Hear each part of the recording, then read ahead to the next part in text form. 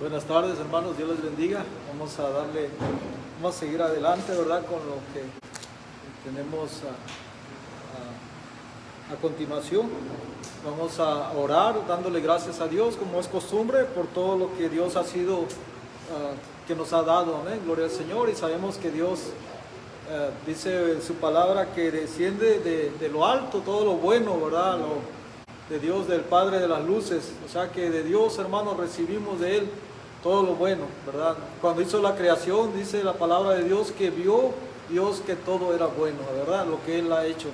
Y gracias porque Él nos ha dado la vida y estamos aquí también, ¿verdad? Juntos, reunidos como iglesia del Señor. Vamos a darle gracias a Dios, hermanos, oremos. Padre eterno, te damos gracias, Padre celestial, por esta tarde. En realidad, Señor, nosotros estamos por tu gracia, Señor, porque realmente tú nos ayudas y nos libras muchas veces, Padre, de todo peligro, Padre amado. Gracias, Padre, porque tienes cuidado de tu pueblo, Señor eterno, porque sabemos que aún en nuestra ansiedad, Señor, tú vienes por nosotros, Padre, y le echamos sobre ti, Padre, y sabemos que tú tienes cuidado, Padre, y tú nos das la fuerza, nos das, oh Dios mío, la capacidad, Señor, para continuar adelante por ti, Señor. Oh, gloria a tu nombre. Te damos gracias, Padre, por todo lo que nos has dado, por la vida, por cada uno de mis hermanos aquí presentes, Señor. Te damos la gloria y la honra a ti. Tú eres digno de toda la alabanza y de toda la gloria. Qué bueno eres, Señor.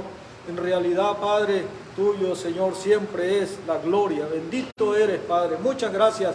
En el nombre de Cristo Jesús. Y el pueblo del Señor dice, amén. Dios le bendiga. Puede sentarse, aleluya. Gloria al Señor. Así vamos a darle lugar al pastor, amén, que él ocupe este lugar. Dios le bendiga. Gloria al Señor. Bendito sea su nombre. Aleluya. Gloria a Jesús. Gracias, hermano. Buenas tardes a todos. Sean bienvenidos a un servicio más de Iglesia Cristiana Palabra de Vida. Hoy estamos, bueno, es octubre, se me olvidó el día, 15 de octubre, gracias. Sábado 15 de octubre del 2022. Y el servicio de hoy, pues tiene mucha relación con un tema que iniciamos hace ya varias semanas. Es un tema relacionado con la soterología. No sé si recuerdan que hablábamos de la salvación. ¿Qué es la salvación? ¿Por qué es importante la salvación? Y pues básicamente estábamos hablando de por qué nosotros buscamos la salvación. Como cristianos, si algo nos distingue del resto de la gente, es que buscamos nuestra salvación. La salvación de nuestra alma. El tema de hoy tiene un título muy interesante. Es la libertad en Cristo. La libertad en Cristo. Y la razón de este título es que en realidad salvación y libertad vienen siendo sinónimos. Realmente significan lo mismo para el creyente. Cuando tú dices necesito ser liberado, necesito librarme de este problema, necesito librarme de este vicio, librarme de este pecado, librarme de esta preocupación, estamos realmente pidiendo a gritos la salvación. Eso es en realidad lo que está pasando. La única diferencia entre libertad y salvación es que la libertad se da ahora y la salvación se da después. Después de que hayamos pasado de este plano terrenal. Y es realmente interesante pues estar estudiando en la Biblia cómo nos guía a través de las diferentes formas que adquiere esta libertad que tanto anhelamos los cristianos, ¿sí? Así que prepárense, hermanos, porque el día de hoy vamos a estar viendo mucha Biblia y pues hay muchos versículos en los que vamos a basar el tema de hoy. Muchas gracias y vamos a comenzar con una oración. Padre eterno, gracias por esta oportunidad de compartir tu sagrada palabra con mis hermanos aquí presentes. Te doy gracias también por las personas que por primera vez escuchan este mensaje. Te pido que por favor no permitas que sea yo, José Inclán, el que está hablando, sino sea tu Santo Espíritu el que provea el conocimiento y la palabra en esta ocasión a través de estos servicios, Señor. que sean para edificación de mis hermanos y para que este mensaje sea una semilla que pueda llegar al corazón de cada uno y germine en él y dé mucho fruto, abundante fruto, para que todos puedan verte a ti reflejado en cada uno, Señor. Te doy gracias en el nombre de Jesús. Amén. Vamos, por favor, a el Evangelio de Juan, capítulo 8. Y vamos a empezar a leer en el versículo 31, por favor. ¿Sí? Juan es el cuarto libro del Nuevo Testamento. Se lo pueden ver en la división de su Biblia. Está el Nuevo Testamento. El primer libro del Nuevo Testamento es Mateo. Luego sigue Marcos. Y luego Lucas. Y luego Juan. Juan capítulo 8, por favor. Cuando lo tengan, digan gloria a Dios.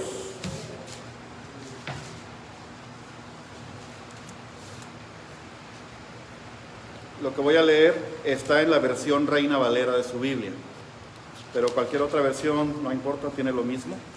El concepto es el mismo, tal vez con algunas palabras diferentes. Pero vamos a leer a partir del número 31. Dice lo siguiente.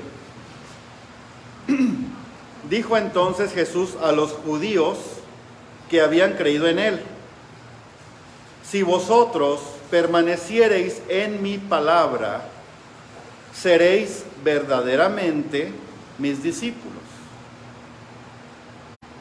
y conoceréis la verdad, y la verdad os hará libres. Le respondieron los judíos, ¿verdad?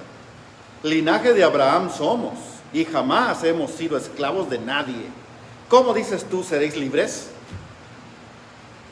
Jesús le respondió: de cierto os digo, que todo aquel que hace pecado, esclavo es del pecado.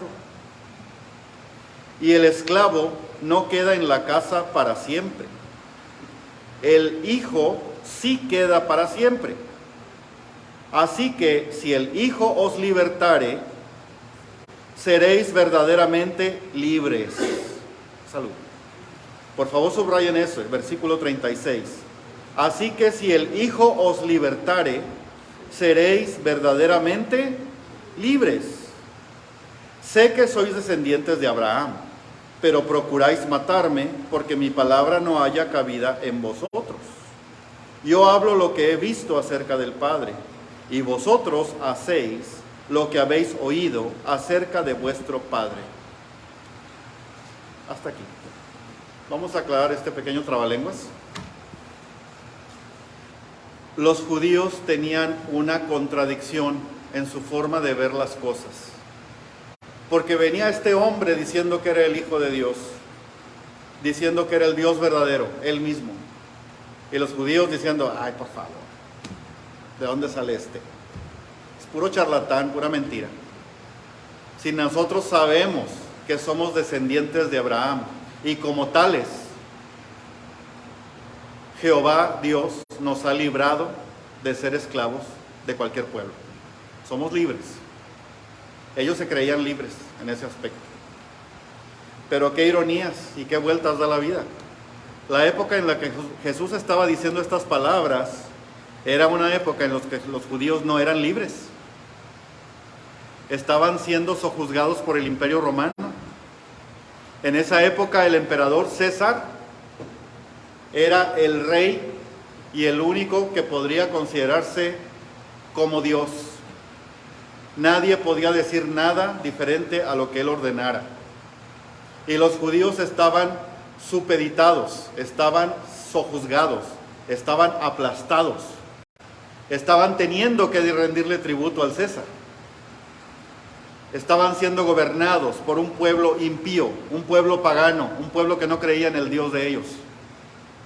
Un pueblo que tenía muchos dioses, que ni siquiera era de ellos mismos, porque ellos los importaron de los griegos. Nomás les cambiaron el nombre. Los romanos tenían muchos dioses: Júpiter, Marte, en fin, muchos diferentes dioses. Pero no eran más que equivalentes de los dioses griegos, porque los romanos dominaron a los griegos y adoptaron toda la cultura griega.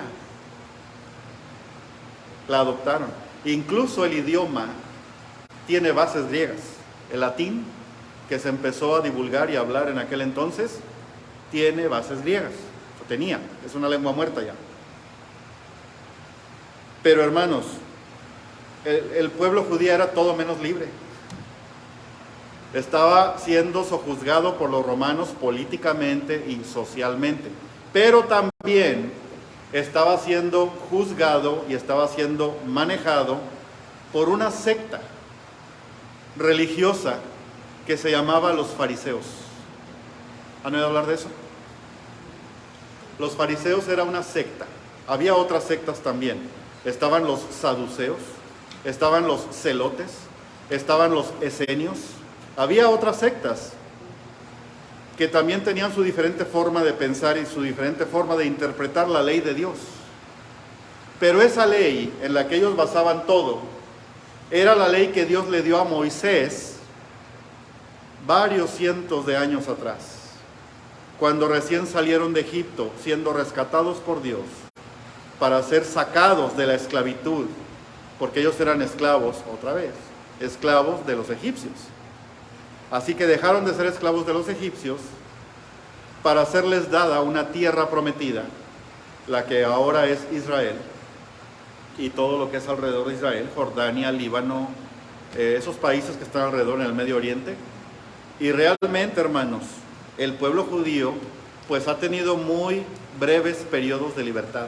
Siempre ha estado oprimido por otro pueblo. Si no eran los egipcios, eran los babilonios. Y si no eran los babilonios, eran los asirios. Y si no eran los asirios, eran los sirios. Y si no eran estos, eran aquellos. Y acabaron con los romanos encima. ¿Se dan cuenta? Unos cuantos años antes de que naciera Jesús. Digamos el periodo que le llaman intertestamentario. Parece trabalenguas también. Periodo intertestamentario. Anótenlo por si acaso quieren investigar después. Pero ese periodo son aproximadamente 400 años que ocurren entre el último libro del Antiguo Testamento, que es el de Malaquías, y el primer libro del Nuevo Testamento en la Biblia, que es el Evangelio de Mateo. Se considera ese periodo intertestamentario un periodo en el cual el imperio macedonio o griego era el que estaba oprimiendo al pueblo de Israel, o sea, el pueblo judío. ¿Sí? Así que, hermanos, eran todo menos libres. Los fariseos les decían cómo tenían que comportarse, cómo tenían que incluso ofrendar, porque hasta a las viudas les pedían diezmo y les pedían ofrenda. Y era una secta muy abusiva, estaba abusando de su poder religioso. Estaba teniendo una situación de poder, de autoritarismo, porque ni siquiera era autoridad. Y ellos se creían los meros meros, los que conducían los destinos espirituales del pueblo de Israel. Y desafortunadamente, pues no había más. Y todos se iban por ahí. Los fariseos, ellos se decían herederos de la tribu de Leví. La tribu de Leví, uno de los 12 hijos de Israel, eran los encargados por Dios de hacerse cargo de las cosas del templo y de la adoración a Dios. Ellos eran los únicos que podían ser nombrados sacerdotes. Y los fariseos decían que descendían de los levitas. No sé si esto es cierto o no, yo no puedo saber, pero documentalmente se cree que así es. Y hasta la fecha están los judíos ortodoxos, que ellos dicen que son descendientes de Leví. Y ellos hasta ahora metieron sus pruebas de ADN para poder demostrar que son hijos de Leví. Y hubo tantas sorpresas que luego les platico en otra ocasión. Pero sí, los judíos es el único pueblo en todo el mundo que tiene un cuidado perfecto y preciso de su genealogía. Ellos saben quiénes fueron los tatarabuelos de sus tatarabuelos de sus tatarabuelos.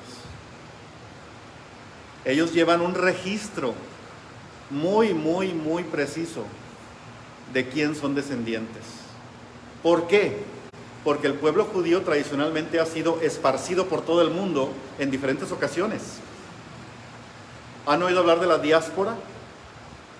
La diáspora fue un periodo, precisamente varios años después de la muerte y resurrección de nuestro Señor Jesucristo, para ser exactos en el año 70, cuando el emperador Tito ordenó quemar, destruir la ciudad de Jerusalén, que era donde se concentraba el pueblo judío.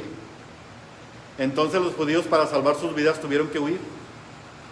Y unos se fueron al oriente, a lo que es ahora Rusia, Ucrania, Azerbaiyán, Afganistán, todo eso. Hay muchas entidades, muchas comunidades judías allá. Y otras se fueron al oeste, al occidente, a lo que es ahora Europa. Grecia, Italia, España, hasta Inglaterra fueron a dar. Y también hay comunidades judías ahí. De esas comunidades judías, ya he hablado de esto antes, surge una comunidad que se llama los sefaraditas, los sefardíes, que fueron supuestamente convertidos al cristianismo por la reina Isabel la Católica, allá por el año 1490 y tantos. Y como premio por haberse convertido al cristianismo de aquel entonces, les otorgaron tierras. Ah, qué padre, tengo tierras. ¿Dónde?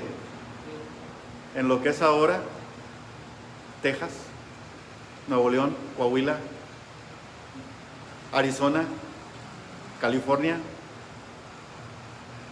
Los mandaron para el norte de México, la Nueva España. Y cuando llegaron dijeron, pues aquí no hay ni agua. Comparado con las tierras que tomaron los españoles de Abolengo, ¿verdad? Que fue México, la parte central de México para el sur. Allá pues hay mucha vegetación. Llegaban y veían los árboles con mangos y con papayas y con todos los árboles frutales solos, nadie los cuidaba. Había comida gratis. No tenían que batallar mucho para hacer crecer cultivos en la tierra. No sé si se habrán dado cuenta, pero en la parte central al sur de México, vean ustedes las iglesias católicas. ¿Cómo son? Son enormes y están muy adornadas. Tienen retablos de oro. Están bien trabajadas. De hecho, hay todo un estilo artístico, el barroco, que se refleja en la arquitectura de estas construcciones tan hermosas. Pero vayan al norte y ¿cómo son? Son muy frugales, son muy austeras, no tienen mucho adorno, no tienen mucho espacio, en realidad son pequeñas comparadas con las del sur. Y la razón es precisamente esa, hermanos, que los cristianos que vinieron a poblar la Nueva España en el norte no tenían la misma convicción, no tenían la misma raíz, no tenían el mismo entusiasmo que los cristianos que estaban en el sur. ¿Se entiende, verdad? Suena lógico. Volviendo a este tema, me estoy saliendo un poco. Los judíos que estaban aquí hablando con Jesús, ellos se creían libres y no pensaban que ellos necesitaban ninguna libertad. Y fíjense lo que les dice el Señor. Si vosotros permaneciereis en mi palabra, quiere decir, si siguen lo que yo les digo, si hacen caso a lo que yo estoy hablando, seréis verdaderamente mis discípulos. La palabra discípulo significa el que aprende, el que sigue a una persona que enseña. En esta época se hablaba de discípulos y mentores. El mentor era el que enseñaba y el discípulo era el que aprendía. Pero no solamente aprendía, sino que lo seguía a todas partes al mentor. Si el mentor se metía a un barranco, ahí va también el discípulo a meterse al barranco. ¿Sí? Porque era como un entregar la vida al mentor, con tal de aprender. Qué bonito, ¿verdad?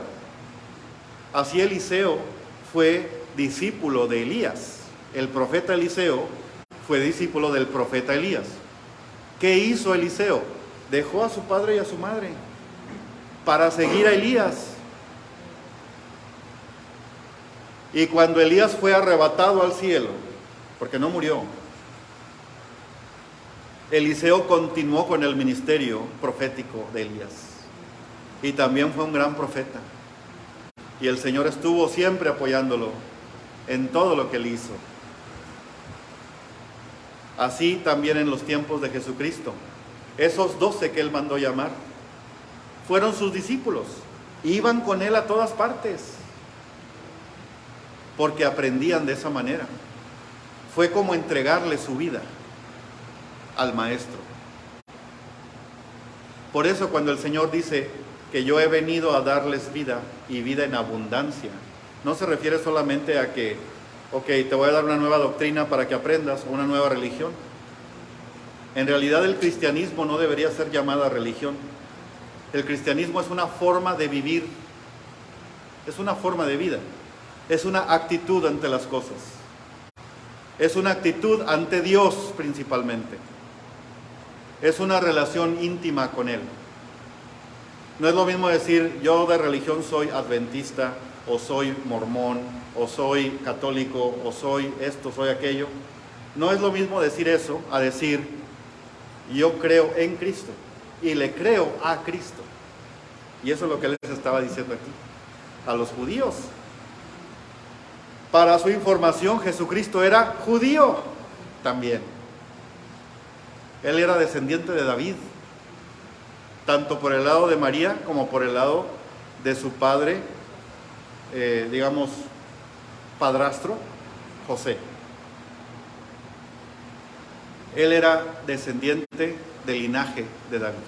La palabra linaje significa eso, significa descendencia, significa de dónde viene, ¿sí?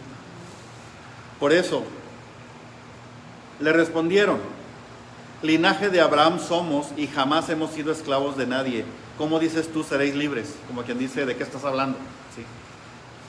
Jesús le respondió, de cierto os digo, que todo aquel que hace pecado, esclavo es del pecado. En otras palabras, si tú no obedeces a Dios, simplemente estás en pecado. Estás cayendo en pecado una tras otra vez. ¿Te des cuenta o no? Estás pecando. Pecar no significa hacer el mal en sí. Pecar significa errar, cometer un error. La palabra pecado en el contexto bíblico significa errar al blanco.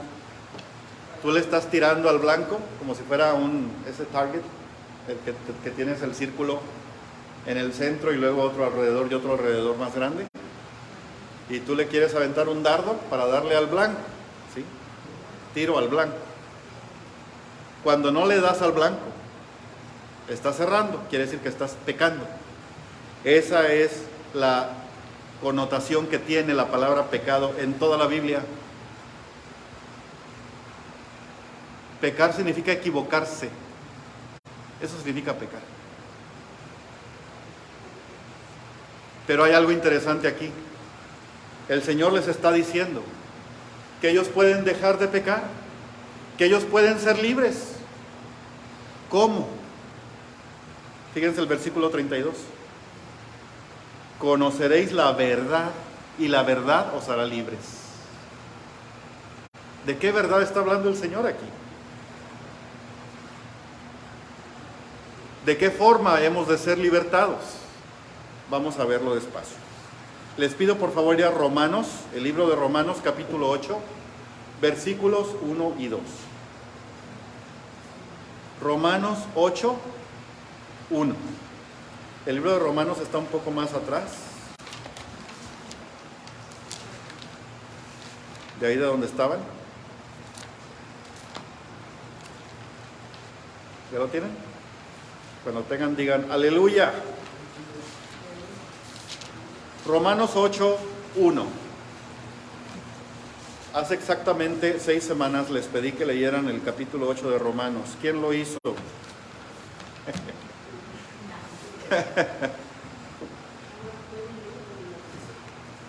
No se preocupen, lo van a hacer todavía. Dice Romanos 8:1. Ahora pues, este es el apóstol Pablo hablando a los romanos convertidos a Cristo, ¿sí?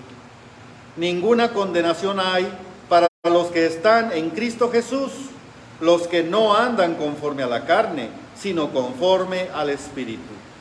Porque la ley del Espíritu de vida en Cristo Jesús me ha, ¿qué?, librado de la ley del pecado y de la muerte. Hermanos, cuando decimos la ley de Dios, ¿de qué ley estamos hablando? Estamos hablando de dos leyes diferentes. La ley que Dios le dio a Moisés, que era la ley donde dice que no debes comer puerco, que no debes, que si tú crees que si tu esposa es infiel, nomás le das una carta de divorcio, que la llevas ante el concilio para que la agarren a pedradas, que si los frijoles se le quemaron a tu esposa, pues entonces tú puedes divorciarte y puedes darle una carta. Que si esa ley es una ley que nadie podía cumplir cabalmente. Nadie podía cumplir esa ley. Y por esa razón decimos que no hay justos ni aun uno. Porque nadie podía cumplir la ley. Es como si tú vas manejando aquí en el 410 o en la 1604 y tienes tú letreros de velocidad máxima. Te pregunto, ¿todo mundo pasa por ahí a una velocidad menor que el límite de velocidad?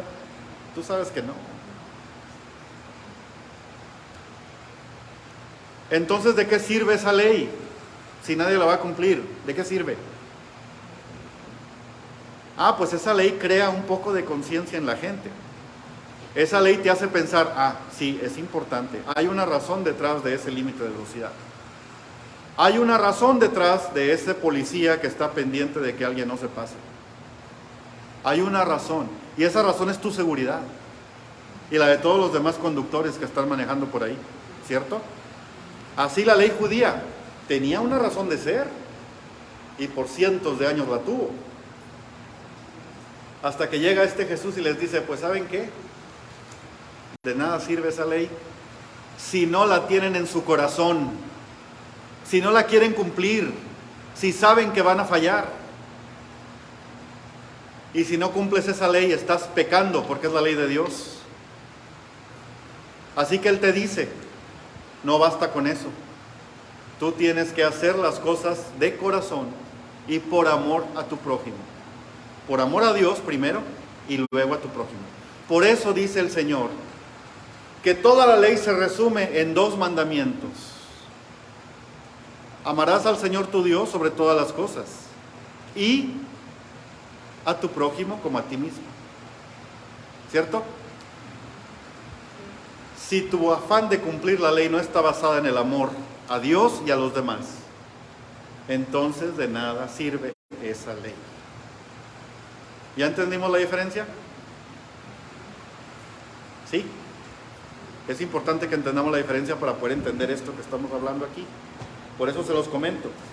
En otras palabras, el Señor nos libra. Bienvenido. Tarde pero sin sueño. Bienvenido, hermano. El Señor nos libra primero de la condenación de esa ley y de la culpa. Nos libra de la condenación y de la culpa. Ya no necesitas sentirte culpable, de nada sirve. Ya como quiera la regaste, hermano. ¿Cierto? Amén. Ok. Jesús llevó sobre Él toda nuestra culpa. Él murió por nuestros pecados. Tienes que sentirte libre de esa culpa, hermano. Reconociendo que el Señor Jesucristo fue a esa cruz a morir en lugar tuyo. El que merecía la muerte eras tú, porque la paga del pecado es muerte. ¿Por qué morimos nosotros? ¿Por qué morimos? Desde que el Señor le dijo a Adán y Eva, no coman de ese fruto porque si lo hacen van a morir. Y vino el diablo y dijo, no, hombre, no es cierto, puro cuento. Ándale, dale una mordidita, mira. Ahí va Eva. no van a morir, sino que sus ojos van a ser abiertos y van a saber la diferencia entre el bien y el mal, dijo la serpiente. Y van a ser igual como Dios. ¿Realmente qué pasó? ¿Acaso Dios mintió? No. Fíjense bien, hermanos. Cuando Dios creó a Adán y a Eva, no había ni sombra de muerte en ellos. Ellos estaban en un jardín en donde no faltaba nada. Adán hasta trabajo tenía. ¿Se acuerdan? Si leyeron Génesis, recordarán que el Señor le dio un encargo a Adán. Le dijo que iba a cuidar del huerto, ¿cierto? Y ya, eso era todo. Y le vas a dar nombre a los animales también. No tenían que morir, no podían morir. El Señor los hizo inmortales. Pero desde que salieron de ahí, como estuvieron ya lejos de la gloria de Dios, dice la palabra, destituidos de la gloria de Dios, empezaron a morir. Es ahí cuando la humanidad empieza a morir. Si se fijan en Génesis, ¿cuántos años duraba la gente viva? ¿Cuántos años duró Adán? ¿Cuántos?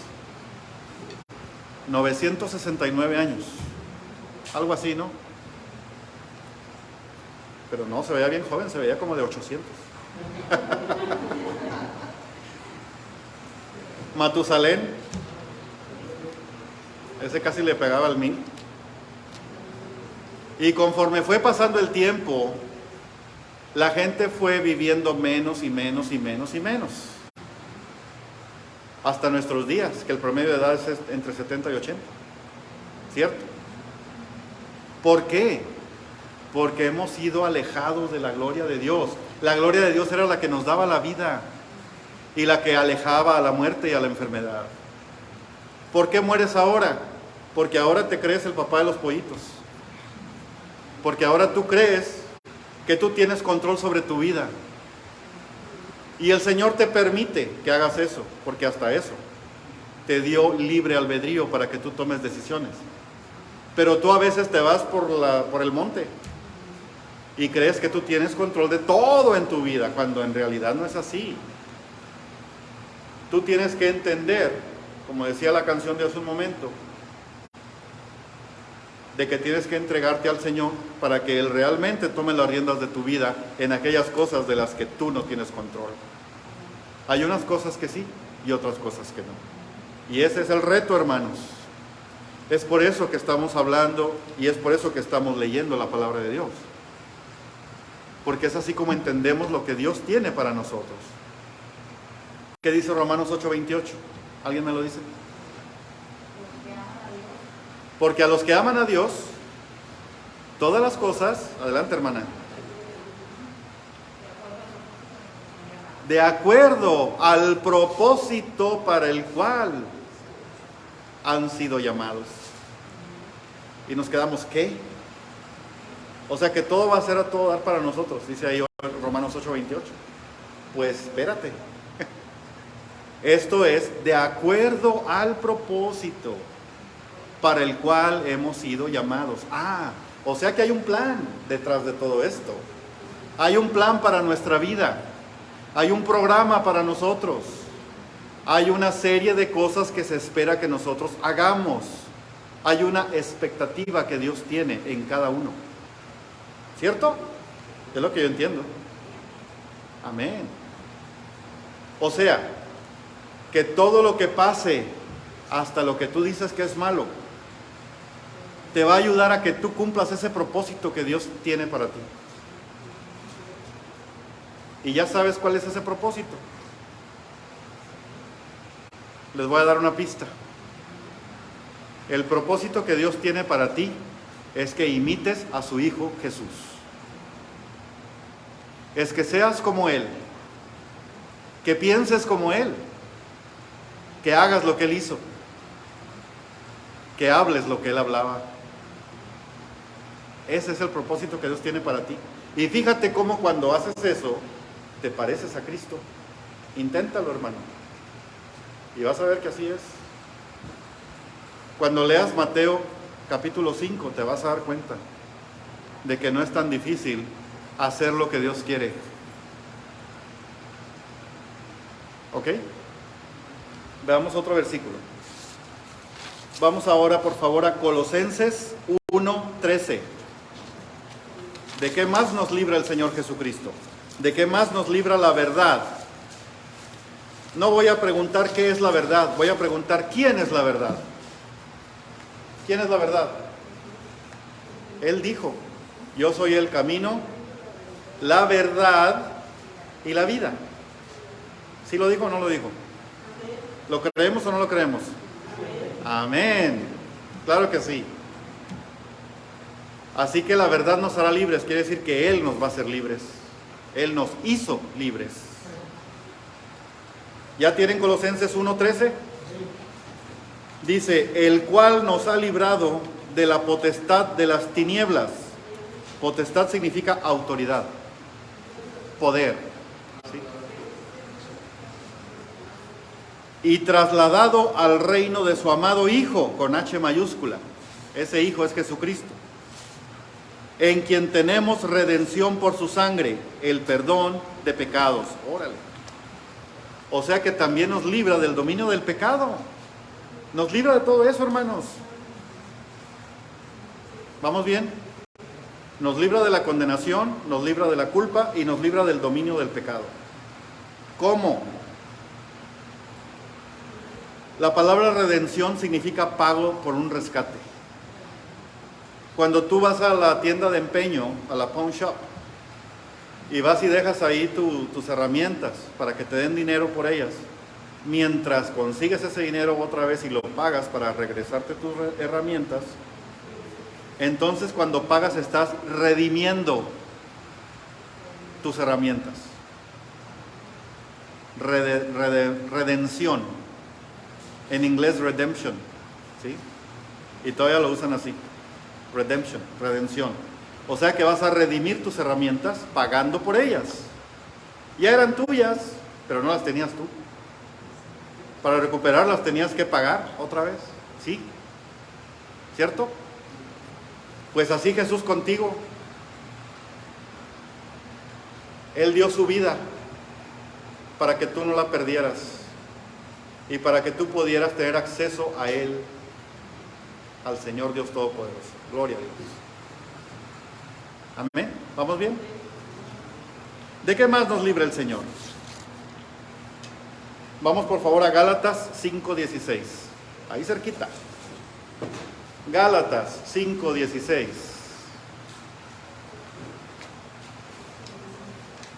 Cuando lo tengan digan, alabado sea el Señor.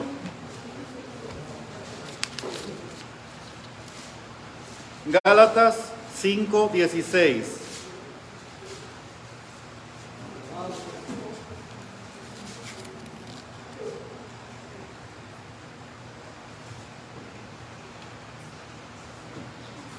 Dice bien simple, Pablo hablándole a los Gálatas, a la iglesia de Galacia. Digo pues, andad en el Espíritu y no satisfagáis los deseos de la carne. ¿Qué es eso? ¿Qué son los deseos de la carne? No es que se te antoja ir a Burger Boy a comerte una hamburguesa. Eso no son deseos de la carne. Deseos de la carne son los deseos del cuerpo, los deseos materialistas. Lo que tú crees que necesitas para estar bien. Normalmente, y debido al diseño que tenemos en nuestro cuerpo mortal, nuestro cuerpo busca ser satisfecho en ciertas necesidades. ¿Sí? Y muchas veces podemos satisfacer esas necesidades de acuerdo a lo que Dios establece, pero otras veces no, ¿cierto? Y no importa si eres cristiano o eres musulmán o sintoísta o ateo, no importa, los deseos son los mismos. Ejemplo, comer, tienes hambre, tienes una necesidad de comer y comes, pero luego dices, ay, pues ¿sabes qué? Me voy a echar un postrecito. ¿Por qué? Porque se te antoja. Ese antojo es un deseo de la carne. Sí. ¿Es malo comerse un pastelito? Tal vez no. Pero lo que dice Gálatas, andad en el Espíritu y no satisfagáis los deseos de la carne. Cuando dice andad en el Espíritu primero, quiere decir que el Espíritu de Dios en ti te va a ayudar a discernir. ¿Le entras o no le entras al pastelito? El Señor te dio un libre albedrío para que tú pienses lo que es bueno y lo que es malo, para que tú disciernas. ¿De acuerdo? Tú puedes tomar esa decisión. Otro ejemplo. Eres casado, tienes tu esposa, y luego viene una muchachita y te coquetea y te dice palabritas y cancioncitas, como por ejemplo, ay, el hombre casado sabe más bueno y que no sé qué.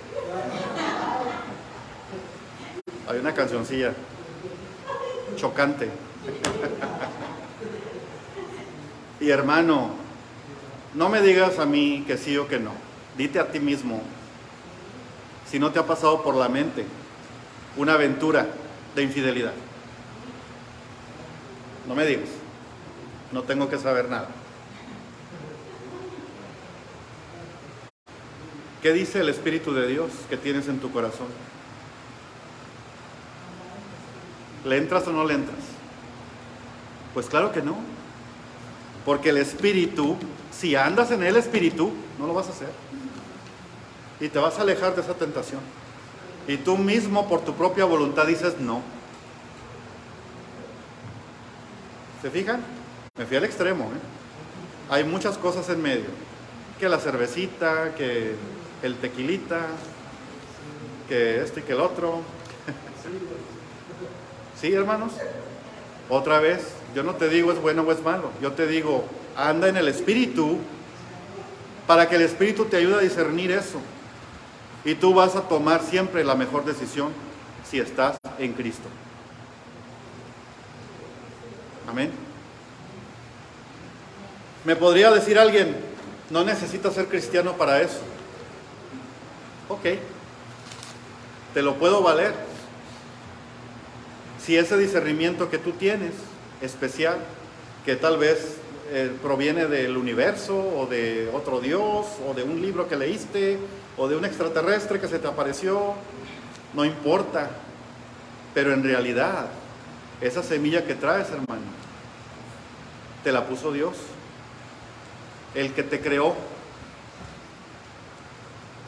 no el que tú crees que te creó, el que realmente te creó, el que te dio la vida, el que hizo que tú vinieras a este mundo. Él es el que te hizo como eres. Y también te dio esa facultad de tener ese discernimiento espiritual como Él mismo lo tiene. Porque hasta eso te creó a su imagen y semejanza. Y eso no lo podemos negar.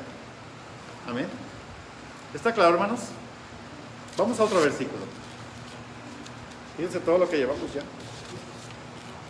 Salmo 34:4.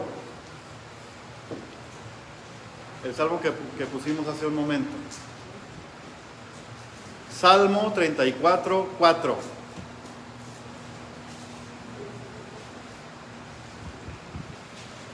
Ese salmo sí tenía letra.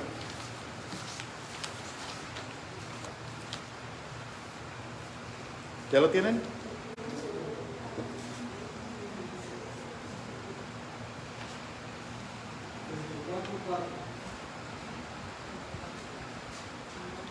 Busqué a Jehová y Él me oyó y me libró de todos mis temores. ¿De qué más te libra el Señor? Del miedo, de todos tus temores. No tienes por qué tener miedo. No tienes por qué tener miedo. No tengas miedo. Hace poco me tocó hablar con una persona que me hizo una pregunta sobre el fin de los tiempos, porque oyó en nuestro video de los 144,000. Y la pregunta fue muy directa. Bueno, entonces, ¿qué? ¿Estamos incluidos en ese grupo o no? Le digo, ¿qué pasa si te digo que no? No, pues entonces, qué miedo, me dijo. Entonces, qué miedo. Vamos a pasar por la gran tribulación y vamos a ver todo y a lo mejor hasta morimos ahí.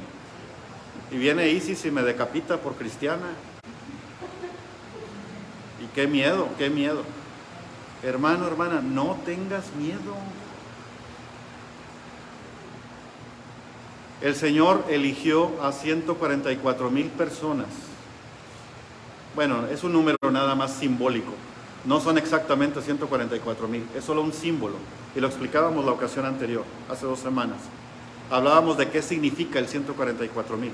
No significa que son exactamente 144,000 personas, 12,000 de cada tribu, no.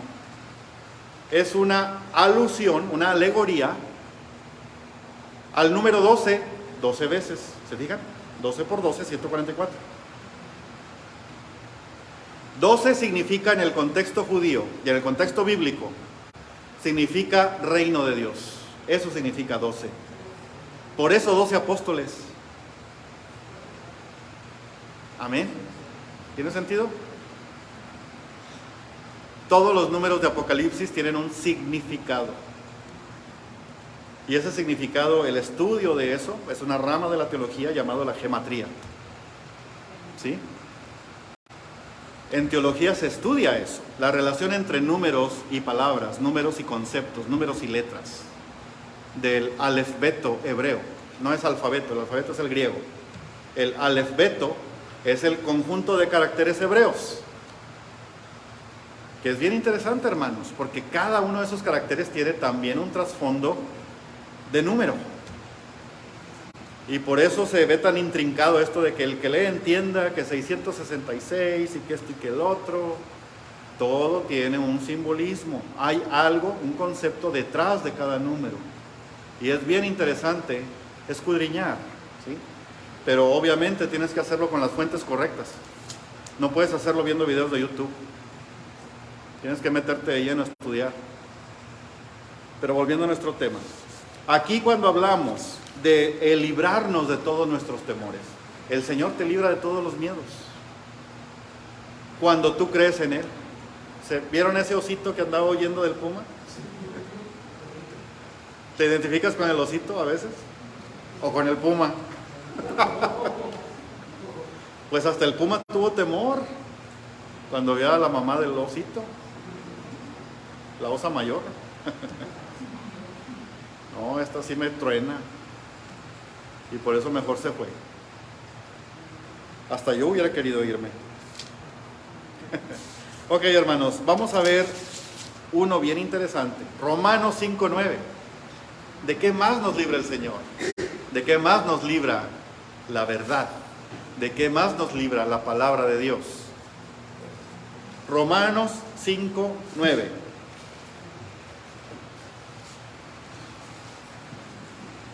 Cuando lo encuentran, digan, Hosana en el cielo.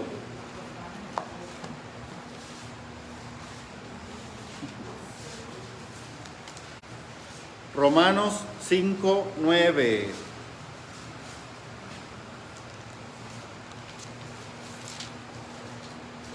Todo el libro de Romanos, se los recomiendo, es todo un tratado teológico para nosotros.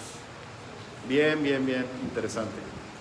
Si buscas leer un libro que condense toda la teología cristiana, ese es el libro de Romanos. ¿Ok? ¿Ya lo tienen? Romanos 5:9. Yo hice trampa porque yo ya lo traía. Pues mucho más, estando ya justificados en su sangre, por él seremos salvos de la ira. ¿Qué es ira? Enojo, cólera, la ira de Dios. ¿Dios se enoja? Y bastante. Y se enoja, los que lo hacemos enojar somos los que Él más quiere. Su pueblo escogido, el pueblo de Israel. y también la iglesia. ¿Sí? Se enoja más por los que Él más ama. ¿Por qué? Porque a cada rato estamos desviándonos. A cada rato estamos cayendo en trampas y tentaciones. A cada rato estamos olvidándonos de Él y de darle a Él siempre la gloria primero. Toda la alabanza es para Él. Que si me fue bien en el trabajo, la gloria es de Dios. Porque Él me dio lo que mostré para poder obtener ese nuevo puesto o para poder obtener ese ascenso o cualquier cosa. La gloria es para Dios. O ese negocio que me fue muy bien. No es porque yo soy un as no reconocido, sino porque Dios, a través de su Santo Espíritu, te dio lo necesario para que lograras aquello. Así que dale a Él gracias y la gloria por aquel logro. Amén. O que si te fue muy bien en la escuela, puro 100, estrellita en la frente. No te lo dio porque eres un ser dotado de inteligencia. Te lo dio porque Dios hizo que tú fueras reconocido por otros. Cuando tú le das la gloria a Dios, cuando eso pasa ante esos otros que te están reconociendo, puedes tener muchas reacciones diferentes. Y hay reacciones del tipo de, ahí viene otra vez el cristianito con sus cosas. Claro, es cristiano, le tiene que dar la gloria a Dios. Cuando en realidad es que sí estudió mucho y le fue muy bien por eso. También hay gente que dice, es verdad. Fue Dios el que logró que él hiciera esto, o ella, ¿verdad? El que está detrás y al lado de él. Eso es lo bonito. Así que Dios te libra de su propia ira. Dios te dijo que iba a estar enojado. Si no, lee el libro de Apocalipsis, y lee el libro de Zacarías, y lee el libro de Malaquías, y a ver si no te asustas. Bueno, tú como eres hijo de Dios no te asustas. Ya te libró del temor. Que se asusten los impíos. Pues claro que sí, ¿verdad? Pero en realidad, hermano, Él te da lo necesario para que no seas objeto de su propia ira. Para que tú estés en obediencia a Él. Él no va a castigar a alguien obediente. Él no va a remover del mundo, quítate de aquí, quítate de acá. Él no va a quitar del mapa a alguien que le obedece. Alguien que está haciendo realmente su propósito. Y si no, léete las parábolas que Jesucristo les dio. La parábola de los talentos es una de ellas. Chécala. Y te está dando el Señor mismo la fórmula para que tú seas libre de su propia ira. Amén. Vamos a otro. Tengo muchos, no se preocupen. Romanos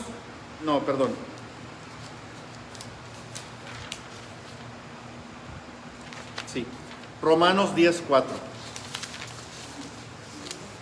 Esta forma de liberarnos también es bien interesante, hermanos, porque a veces nos engañamos a nosotros mismos. Por más cristianos que seamos y por más prédicas que escuchemos en YouTube o vayamos a la iglesia, a veces no nos entra simplemente aquí este asunto. Y vamos a ver. Porque el fin de la ley es Cristo, para justicia a todo aquel que cree. Y ahora vamos un poquito más adelante ahí en Romanos 10:9, por favor. Ahí mismo, nomás que el versículo 9, ¿ya lo hallaron?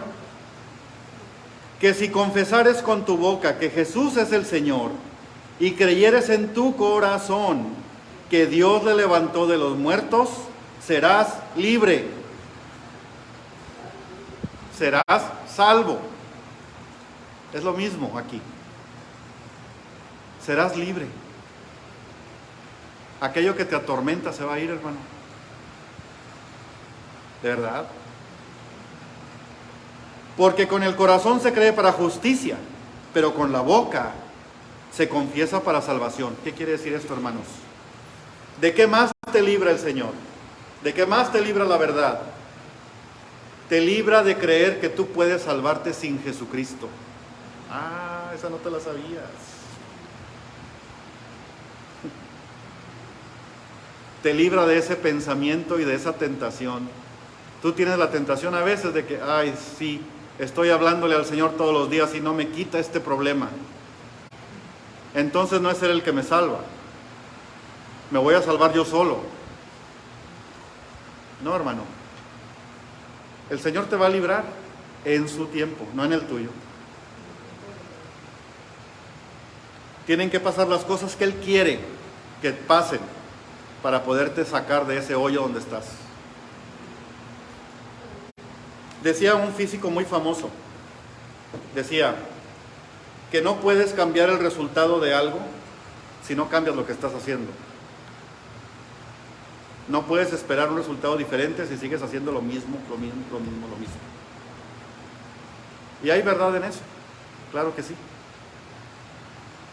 Ese es el tema que hablábamos hace un tiempo sobre el arrepentimiento, que significa cambiar de forma de pensar.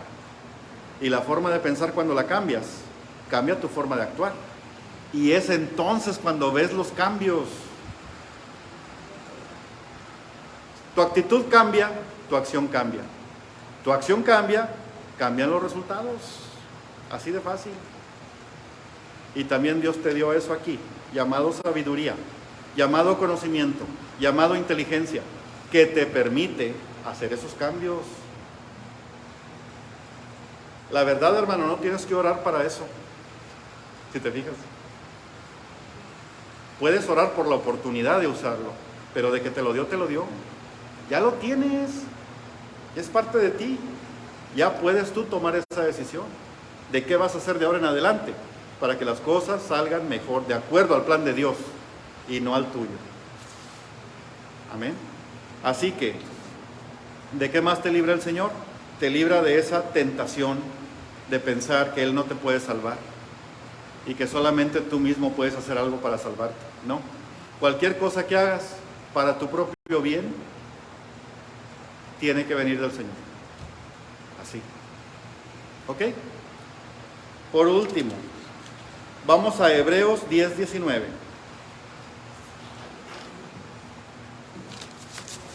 Hebreos 10:19. Está casi al final de su Biblia. El libro de Hebreos, capítulo 10, versículo 19.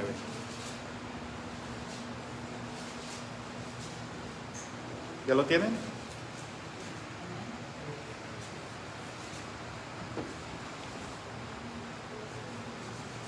Cuando lo tengan, digan: te doy gloria a ti, Jesús. Por si no lo han hecho en el día, es oportunidad de que lo hagan.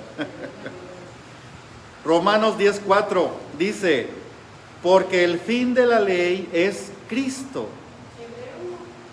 Ay, perdón, sí es cierto, discúlpenme. Hebreos 10:19 dice: así que, hermanos, disculpen, teniendo libertad para entrar en el lugar santísimo por la sangre de Jesucristo, por el camino nuevo y vivo, nos abrió a través del velo, esto es, de su carne. Hermanos, lo que quiere decir todo este palabrerío es: cuando el Señor murió por nosotros, está relatado en los evangelios que se rasgó el velo o la cortina del templo. ¿Sí saben qué significado tiene esa cortina? Esa cortina divide dos lugares dentro del templo: el lugar santo, donde los sacerdotes ofrecían los sacrificios, y el lugar santísimo, que es el espacio donde se creía dentro del templo que estaba la presencia de Dios, que Dios mismo estaba ahí. Por eso le llaman lugar santísimo, con mayúsculas, ¿sí? El templo estaba dividido en tres partes principales. Era el atrio, todo lo de afuera, ¿verdad?, donde entraba la gente con sus borreguitos y sus carneros y sus palomas para ser sacrificados, para expiar los pecados. Y luego estaba el lugar santo, donde el sacerdote era el único que entraba. Los sacerdotes eran los que podían entrar ahí para hacer los sacrificios. El altar estaba ahí, en el lugar santo. y el lugar santísimo donde solamente el sumo sacerdote, una sola persona, y solamente una vez al año podía entrar a pedir perdón por los pecados de todo el pueblo. En el famoso día de la expiación, llamado también Yom Kippur en la tradición judía, que acaba de pasar, por cierto, el día 5 de octubre. ¿Se dan cuenta, hermanos? La tradición judía no era más que un reflejo de lo que iba a pasar con Jesucristo. Jesucristo vino a ser ese Cordero perfecto, que tuvo que ser sacrificado para que al derramar su sangre nosotros fuéramos justificados, o sea, que nuestros pecados fueran perdonados. De toda la humanidad, de una vez y para siempre. Por eso no es necesario seguir haciendo sacrificios ya, porque ya ocurrió el único gran sacrificio que era necesario y que fue el único que complació a Dios para no tener ese enojo contra nosotros. ¿Por qué no nos ha matado Dios siendo los pecadores que somos? Porque ya el Señor Jesucristo murió por nosotros. Pero Él volvió a vivir porque es Dios. Amén. ¿Ya más o menos entendemos cómo está esto de la liberación que hace el Señor de nosotros? Para concluir, hermanos, vamos a repasar que el Señor nos libra de las siguientes cosas. Nos libra de la condenación, nos libra de la culpa, nos libra del dominio del pecado, nos libra del miedo, nos libra de los temores, nos libra de la tentación de creer que Él no nos da salvación, y nos libra también de esa inseguridad que tenemos de entrar a la presencia de Dios. Este versículo que acabamos de leer lo que dice es: con su muerte el Señor te abrió la puerta del lugar santísimo para que tú tengas acceso a Dios Todopoderoso y estés en su presencia por toda la eternidad. Gloria al Señor. Vamos a orar. Padre de misericordia, te damos gracias por tu palabra del día de hoy, porque tú nos has hecho entender de la manera que tú nos libras en diferentes aspectos de nuestras vidas, de diferentes maneras, en diferentes situaciones. Nos has enseñado que la libertad solamente viene a través de tu Hijo Jesucristo, que si no la tenemos a través de Él, no es verdadera libertad y no es duradera. Te damos gracias, Señor, porque tú nos has hecho entender de qué cosas debemos estar pendientes para que en la ayuda de tu Santo Espíritu que está en nuestros corazones podamos discernir el camino correcto, tomar la decisión correcta y tener sabiduría para poder lograr tu propósito en este mundo. Te damos gracias por ese privilegio que nos das de ser embajadores de tu reino en esta tierra y poder difundir tu palabra a diestra y a siniestra, a derecha y a izquierda, para poder comunicarles a todos tu evangelio, tu santa palabra. Te damos gracias, Señor, en el nombre poderoso de Cristo Jesús. Amén. Muchas gracias, hermanos.